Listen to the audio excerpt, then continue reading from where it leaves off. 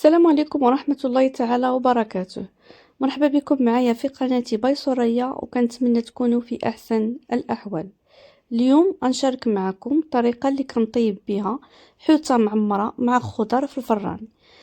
غنحتاجو الحوت سواء كانت حوتة كبيرة أو صغيرة اللي ممكن نعمروها، وممكن حتى ما نعمروهاش ماشي مشكل، لحقاش انا نشارك معكم الطريقة اللي نعمر بها مطيشة معمرة ومع الخضر اللي كتواجد في جميع البيوت من بصلة وبطاطا ومطيشة وفلفلة وروز.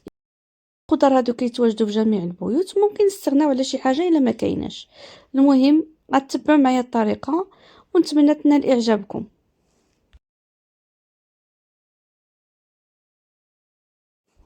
انا عندي حوته كبيره، ما عرفتش شنو النوع ديالها. المهم هي مغسوله ومنقيه ومقطعه من الظهر ديالها مفتوحه باش نتما من نعمرها. بغاو مالين الدار بغاو حوته معمره فغادي نعمرها لهم انا بالروز. غير هو المشكل ان هاد الحوته كبيره عندي وما جاتنيش في اللاطات اللي كيدخلوا في الران، فغنضطر نحيد لها الراس ديالها وعاد نعمرها. هادو هما المكونات اللي نحتاجو باش نطيبوا هاد الحوته. فكما كتشوفوا الحوته انا حيدت لها الراس مغسوله ومنقيه وخليتها تستخضر. غادي نحتاجو البطاطا مقطعه دوائر، غنحتاجو البصله مشنفه، شويه د المعدنوس، خيزو مقطع دوائر هو والفلفله، وطريفات الحامض.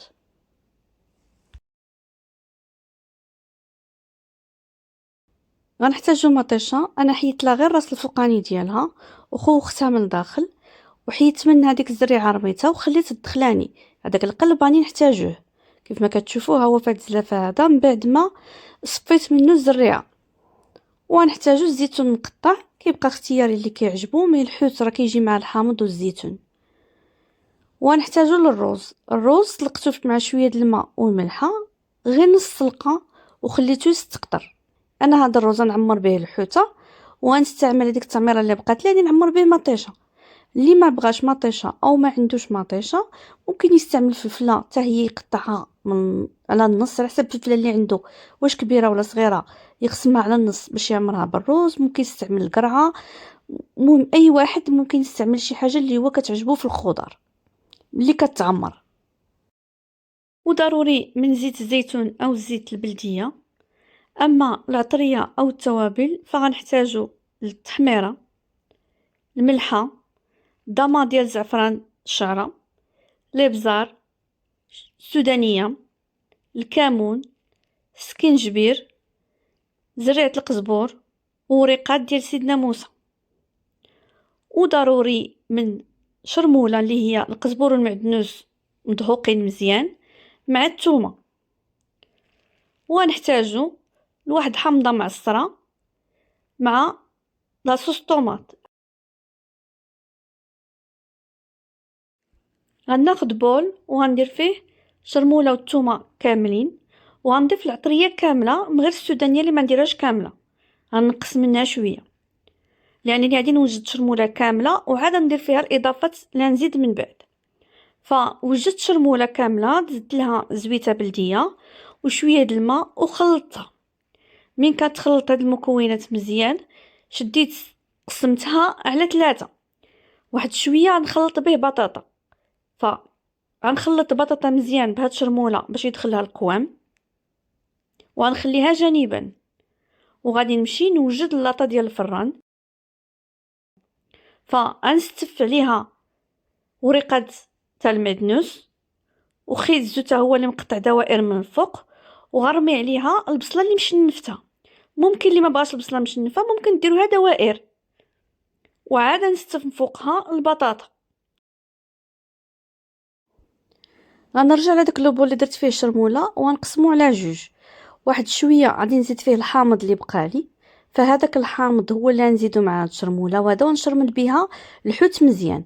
فغنشرمل الحوته مزيان كيف ما كتشوفوا، غادي نتكها بالموس باش تدخل فيها ديك الشرموله المحمضه.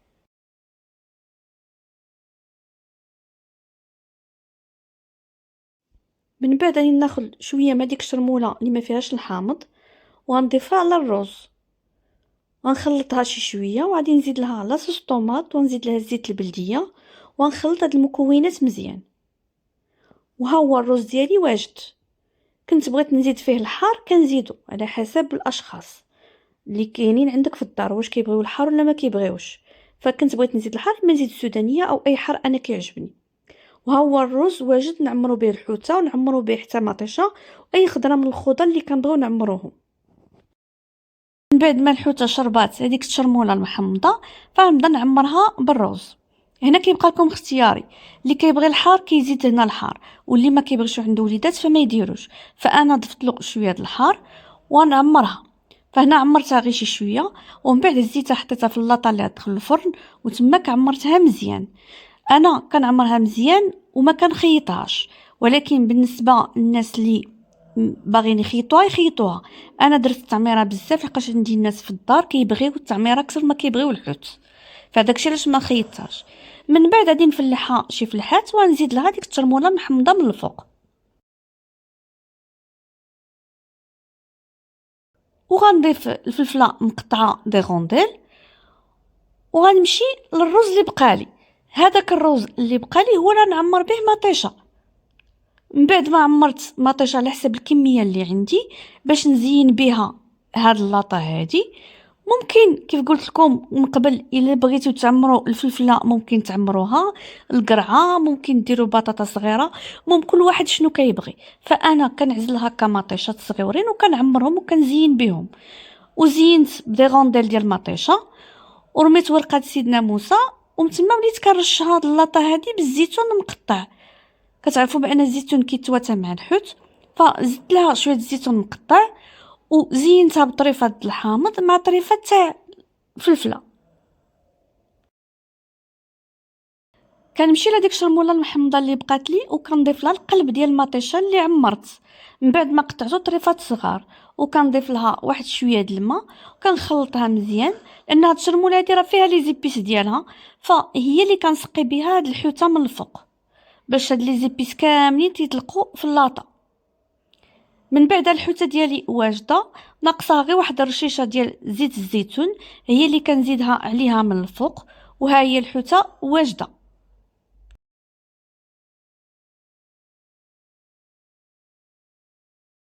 لا كيبقاو لي جوج اختيارات. الا كنت انا زربانه وباغيه الحوته طيب لي دغيا فكندير لها نص طيبه فوق البوطاغاز، يعني كندير البوطه الكبيره البوطاغاز العاديه هي اللي كنطيبها عليها. من بعد ما كنكون غطيتها بورق الطهي و بابي الومنيوم، كنخليها كتشرب مزيان طياب دغيا، وعاد كندخلها الفران. كان عندي الوقت كندخلها الفران وهي مغطيه، وكنخليها طيب على خاطر خاطرها. من بعد من كطيب مزيان وكنحس بها طابت كنحيد ورق الطهي والبابي الومنيوم وكنخليها تحمر مزيان من الفوق.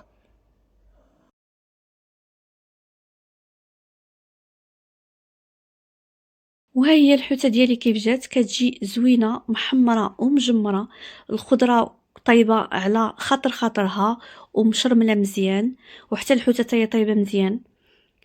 كتجي لذيذه، يعني بهذه الطريقه هذه كتجي لذيذه. وحتى دوك مطيشات اللي كنعمروهم بالروز حتى هما كيجيو زوينين، وكيجيو حتى انكم بغيتو تقدموهم في الطباصل هكا كل واحد كياكل بوحدو، فكل واحد كيهز المطيشه ديالو معمره بالروز او الفلفله معمره بالروز مع شويه د بطاطا وخيزو والفلفله هكا طريفه الحوت، ياخذ شويه من التعميره نتاع الرز. كيجي اكل صحي ومتوازن، كليتي فيه الحوت وكليتي فيه الخضره وكليتي جميع الحوايج اللي خصنا ناكلهم في الاكل راهم موجودين هنايا.